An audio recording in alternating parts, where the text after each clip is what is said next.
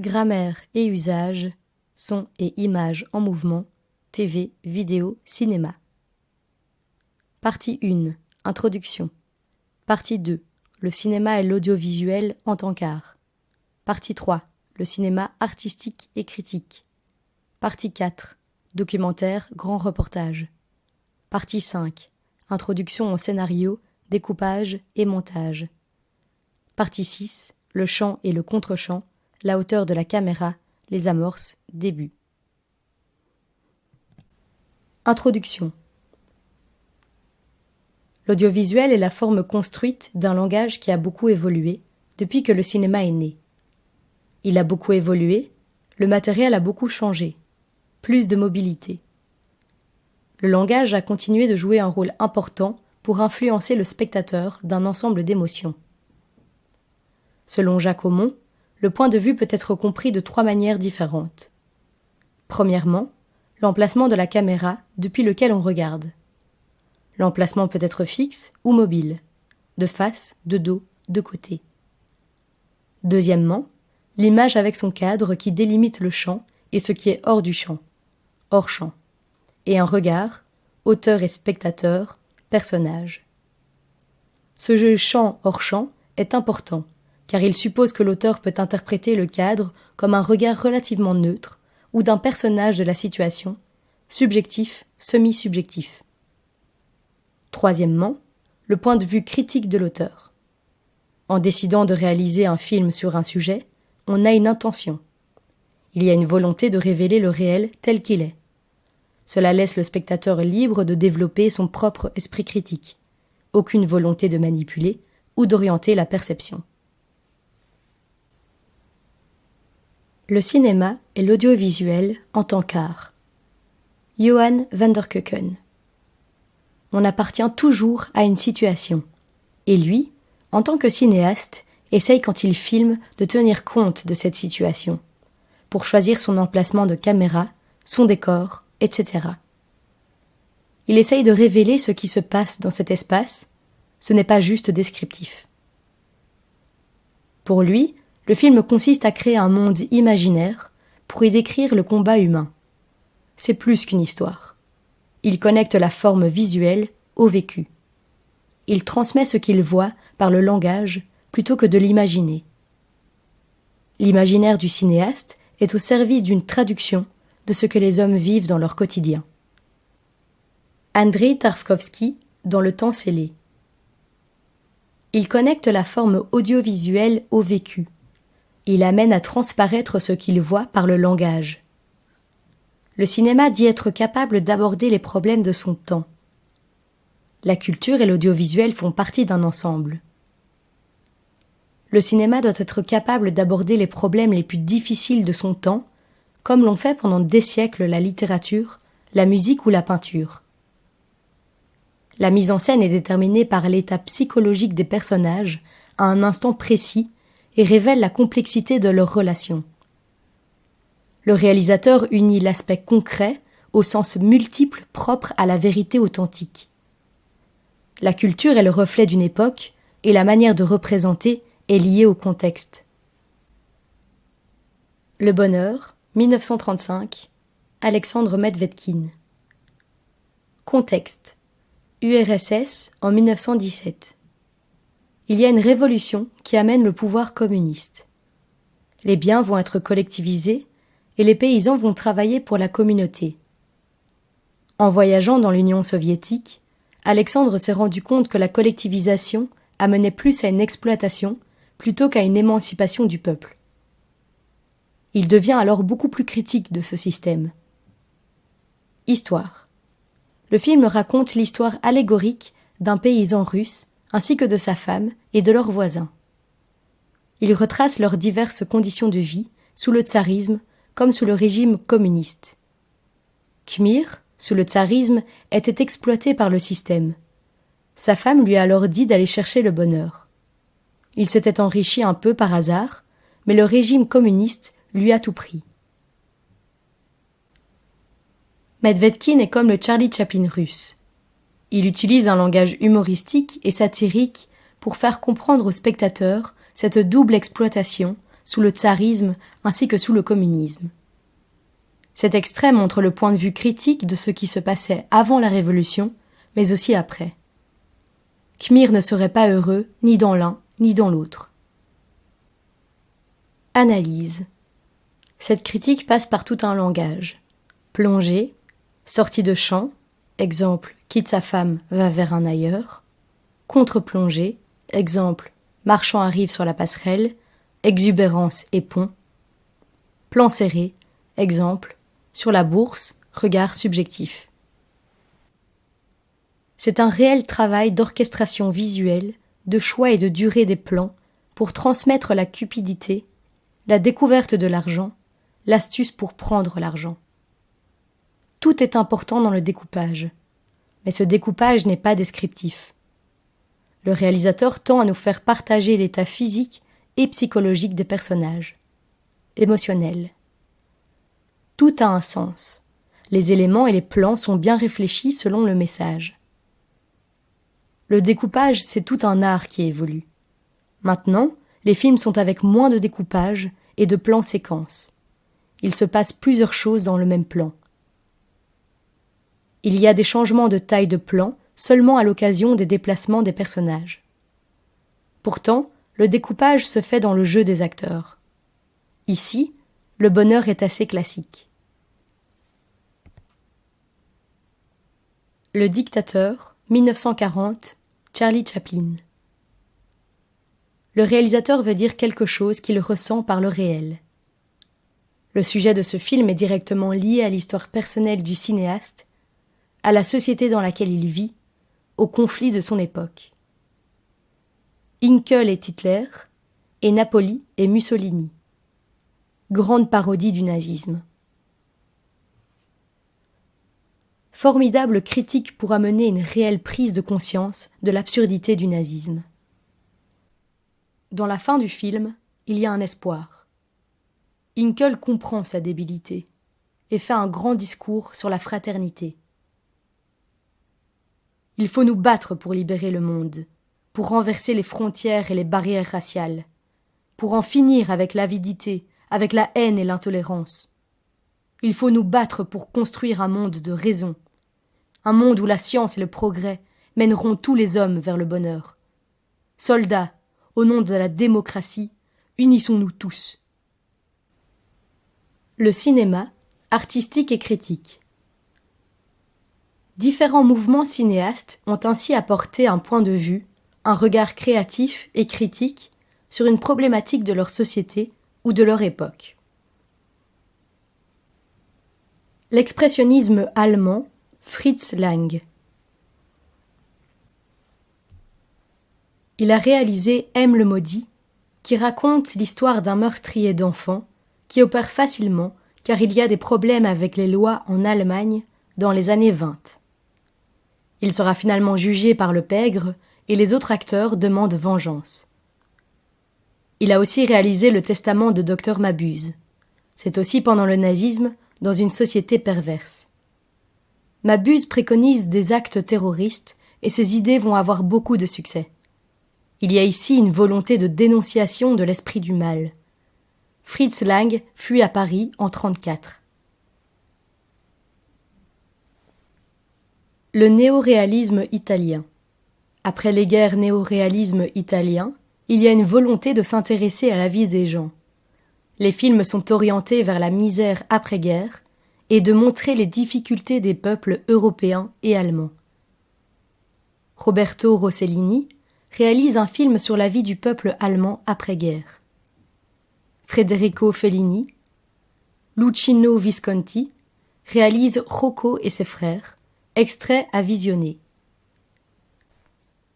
Ce film raconte la migration d'une famille italienne vers une région plus riche et montre les difficultés au sein de la famille.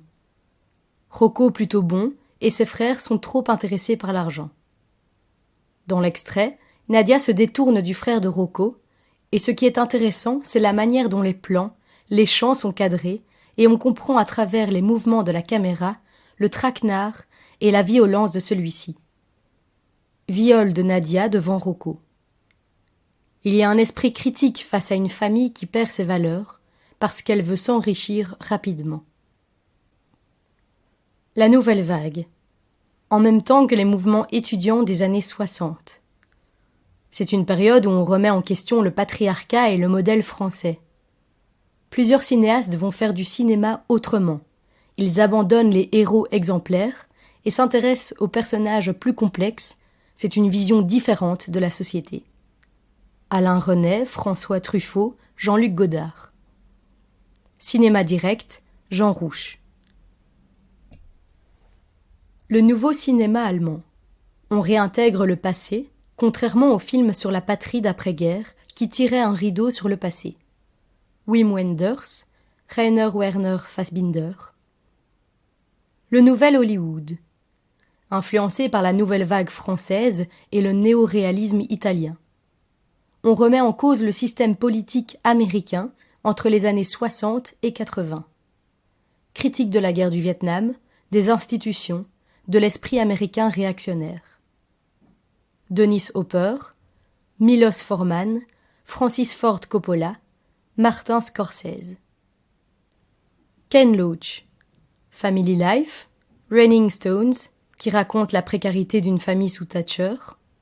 I. Daniel Blake, chômeur qui veut faire reconnaître son droit pour avoir des allocations familiales, mais il est trop tard quand il les a, il meurt.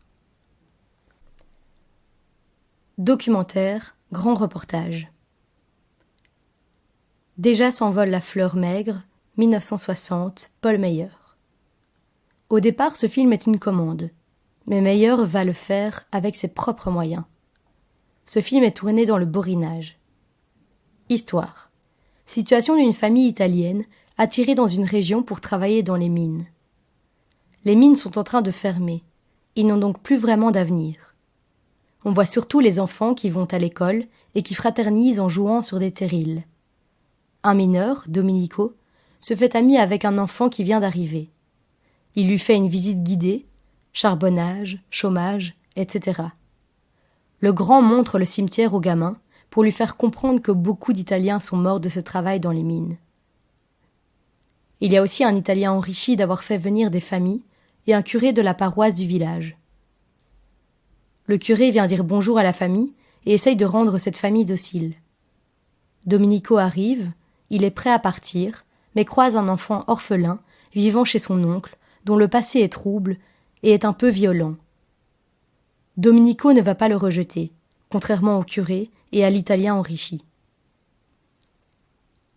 Analyse.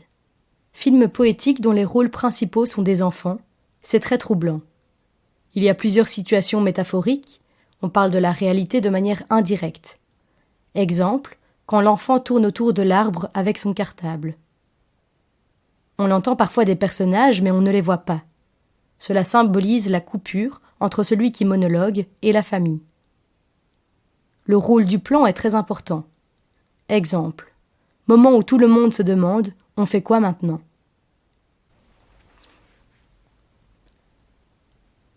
Meyer ne veut stigmatiser personne.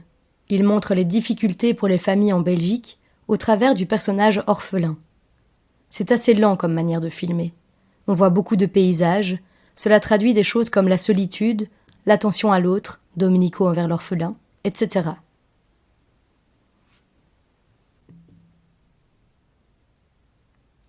La bataille du Chili, 1975, Patricio Guzmán. Histoire. Événement passé en 1973 au Chili. À ce moment-là, il y avait un président démocratiquement élu, Salvador Allende. Il voulait abolir bon nombre de privilèges de grands propriétaires. Il a donc voulu préparer un coup d'État. Le film raconte toute l'épopée du coup d'État, de l'espoir démocratique chilien, la préparation, le premier coup d'État raté, le deuxième réussi et la venue au pouvoir du dictateur Pinochet pour de nombreuses années. Analyse. Ce film se tient aux faits, se fait dans la rue, c'est un des plus grands films politiques de tous les temps, avec une volonté de toujours décrire tout ce qu'il se passe. Beaucoup d'images prises sur le vif, donc très différentes. On est parfois dans la foule, et la caméra est désorientée. Son film n'est pas un travail de propagande. Il explique simplement les faits. démontre la légitimité d'Allende et l'illégitimité des putschistes. Il faut faire attention, car on peut souvent extrapoler une réalité à une autre. Le désastre rouge, 1888, Josy Dubié et Jean-Jacques Péché. Mohamed Chara, 1990, Daniel Carlin, journaliste et documentariste, et Rémi Lenné, réalisateur et documentariste. Les réalisateurs ont fait le travail à la place de la justice. Elle voulait voir Mohamed Chara comme meurtrier parce qu'il était noir de peau et qu'il avait été dénoncé par des enfants français racistes. Dans la police, certaines personnes le pensent non coupable. Le co-accusé, Rivière, était accusé d'un double meurtre, une mère et sa fille. Rivière accuse Chara d'avoir commis ce meurtre. Enquête bâclée. Les réalisateurs vont donc essayer de comprendre, ils vont retourner voir les enquêteurs. Ils font tout ce travail pour innocenter Chara. L'avocat de Chara ira parler à Rivière, car ce dernier souhaite parler et se faire transférer dans une autre prison. Après la mort de Mohamed Chara, son co-auteur de l'affaire Chara, un innocent meurt en prison, 1992. Tous les exemples montrés ont un même désir de film et de vérité. Il y a une volonté d'être connecté aux gens, à ce qu'il s'est passé et à ce que vivent les gens. On essaye dans des formes différentes de traduire le réel le mieux possible. Une introduction à l'histoire racontée, ou diégèse, au découpage et au montage. L'illusionniste Alain Cavalier. Il a réalisé une quarantaine de portraits de femmes dans leur activité. C'est un film qui est très révélateur du désir de film, de rencontres qui habitent tous ces cinéastes vus précédemment. Analyse. La forme est à la fois improvisée et très travaillée. Certains choix sont faits par le réalisateur. Transition franche entre les moments où elle fait un tour et les moments où elle parle. Il y a comme une deuxième histoire parallèle. La prestidigitation et le témoignage. Au départ, on ne voit que ses mains. Puis, on commence à voir son costume. Puis, on le voit enfin en entier. Les tours qu'elle joue sont systématiques. Ils sont utilisés dans la progression de son témoignage. Argent, couple, vie. Il y a une amplification. Thème, tour, témoignage,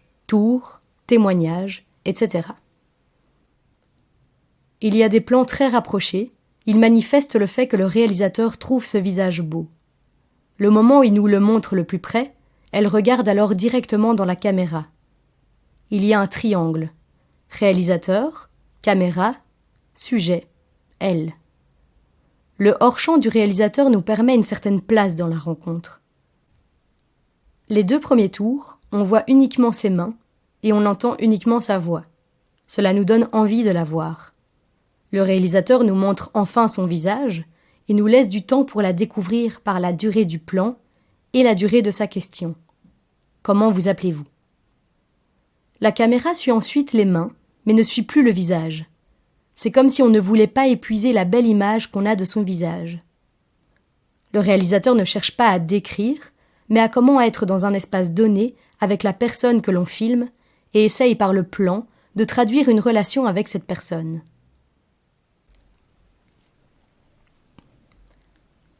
Il y a donc ici plusieurs méthodes adoptées. Découpage. C'est ce qu'on choisit de filmer, que l'on raccorde ensemble.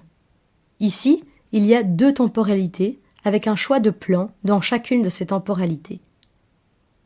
Placement de la caméra dans la position du public, le spectateur est à présent à travers la caméra. La prestidigitatrice regarde le cinéaste et la caméra. Les tours en plan séquence, film en continu, on n'arrête jamais la caméra. Les plans sur Antoinette prestidigitatrice sont de plus en plus larges. Jeu sur le hors-champ. Il joue en montage parallèle avec les plans de l'interview. Hors-champ du visage dans les tours et gros plan dans l'interview. Effet de redécouverte du visage. Schéma narratif du scénario, progression dramatique. Les thématiques abordées dans le cadre ici de l'interview. Son enfance, sa jeunesse, sa vie d'épouse et maintenant. Personne d'Antoinette. expression de sa vie. Choix de structure narrative avec progression.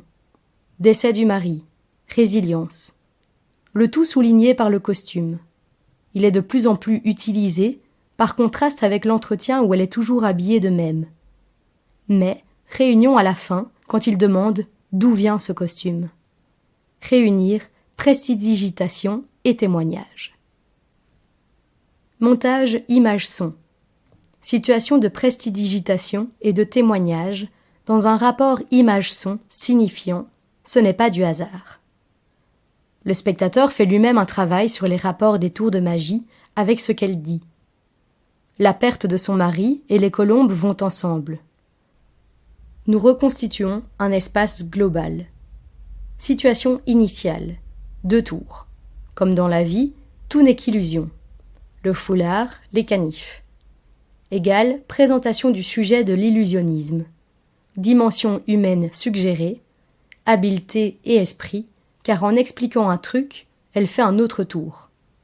Taille des plans, gros plans, 2 plans séquences, visage hors champ, voix hors champ, Antoinette et Alain Cavalier. Pas de costume, entretien face caméra, présentation Antoinette, couple de musiciens bruyants, prestidigitateur, premier métier du mari, ophtalmologiste très habile. Conflit, 2 tours. Les papiers brûlés et les billets. Égale la métamorphose, l'abondance. Puis visage en gros plan et musique. Les colombes Roméo et Juliette et Théodore Tudor égale couple, apaisement, consolation, sommeil. Taille des plans. Plan taille, buste. De plus en plus large. 3 plans séquences.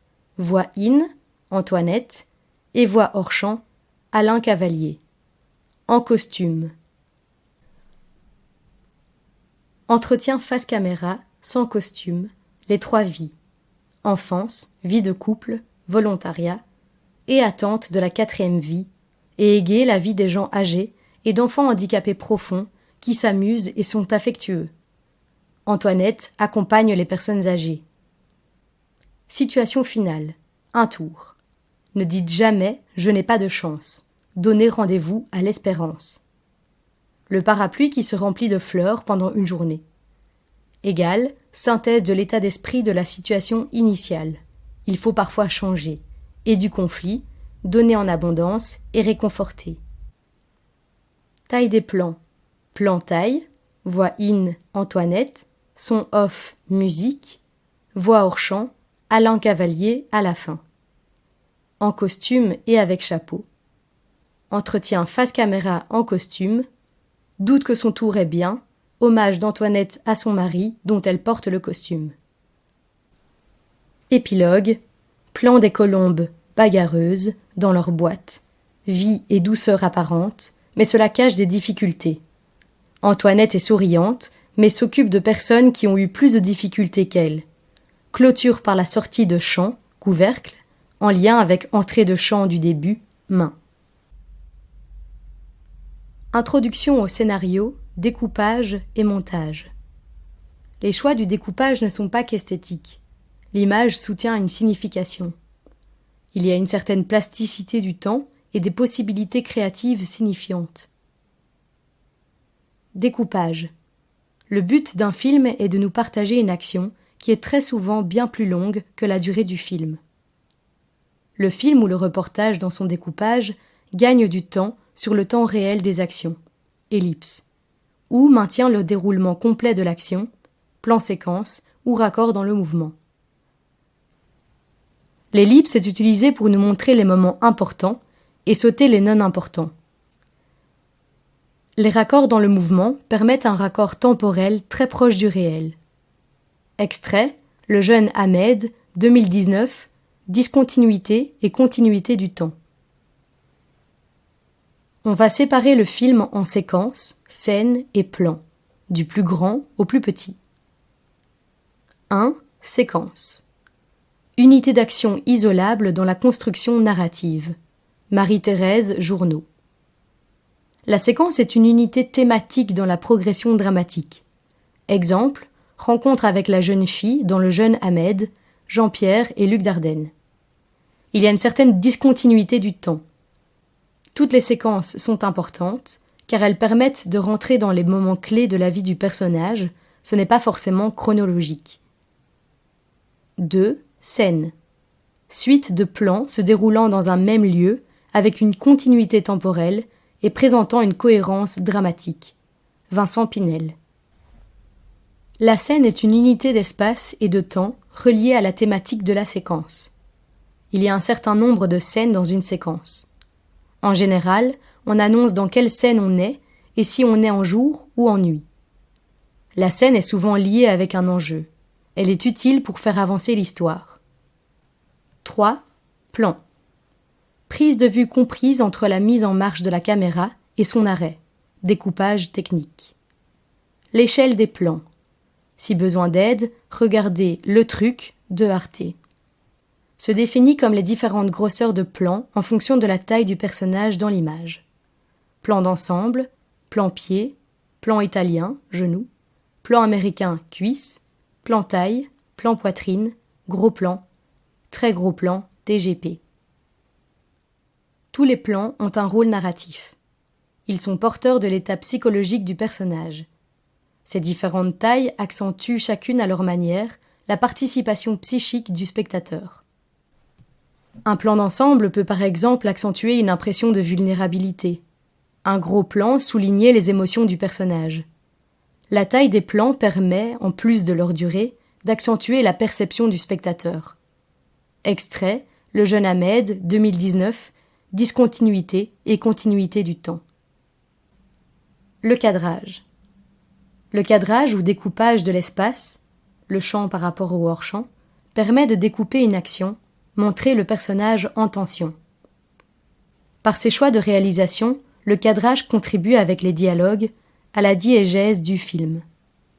Le cadrage n'est donc pas qu'esthétique, mais aussi diégétique. La variation de l'échelle des plans produit du sens.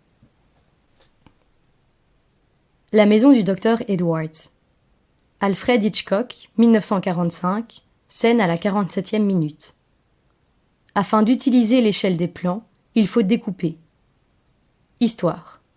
Quelqu'un est injustement accusé du crime du docteur Edwards. Il était directeur d'une institution psychiatrique.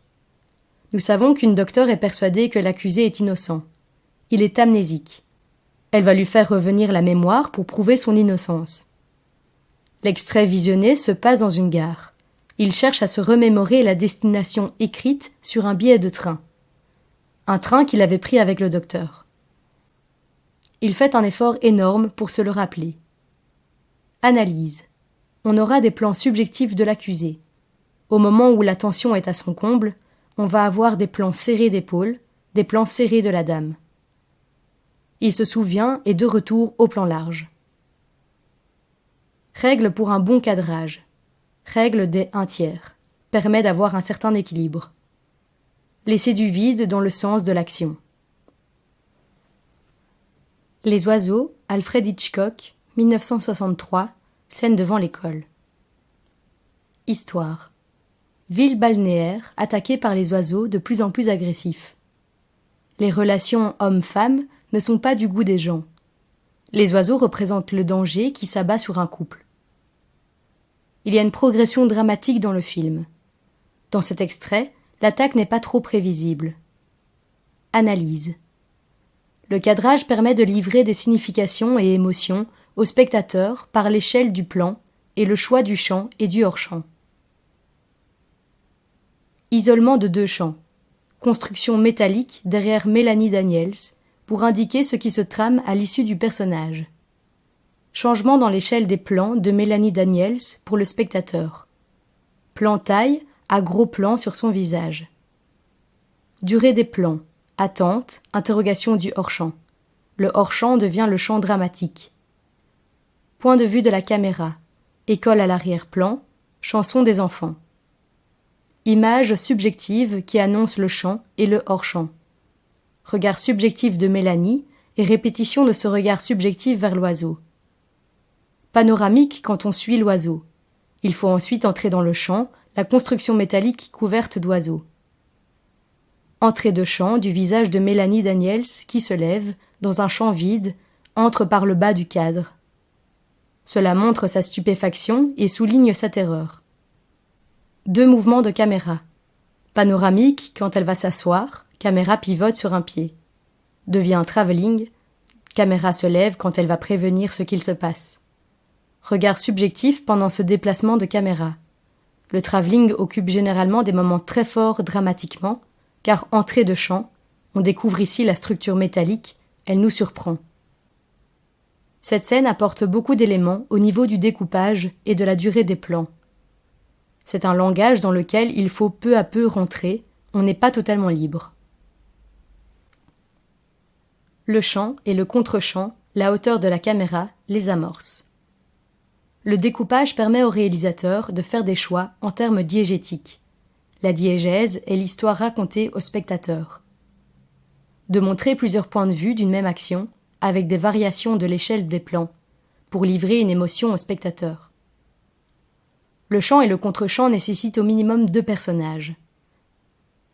Parfois on voit dans un dialogue celui qui parle et celui qui écoute, mais on peut aussi très bien ne pas voir la personne qui parle en hors-champ. On filme généralement à hauteur du regard, mais en réalité, dans le cinéma, c'est rare. Il y a une légère plongée ou une légère contre-plongée. On dit souvent que la contre-plongée montre la puissance. Cependant, elle ne peut pas toujours vouloir dire ça. Extrait Psychose, 1960, Alfred Hitchcock. Dans cet extrait, comparé à la norme, la contre-plongée va montrer l'inquiétude. Histoire. Marion a un amant endetté. Elle est employée de banque. Un jour, elle vole l'argent et s'enfuit. Elle se demande si elle doit rentrer rendre l'argent ou continuer. Elle arrive le soir dans un motel et rencontre le gérant, Norman Bates. Il va proposer de lui faire à manger. Norman est très particulier et très tendu. Il parle de sa mère trop autoritaire, exigeante et stricte. Il parle également de son beau-père. On ne voit jamais sa mère, mais on l'entend à plusieurs reprises. Elle accuse Norman de se laisser embobiner par cette fille. Il apporte un repas et lui propose de le prendre ensemble. Norman fait des sous-entendus que Marion a des choses à se reprocher. Norman a des passions bizarres comme la taxidermie. Il parle de pièges, de la relation entre lui et sa mère.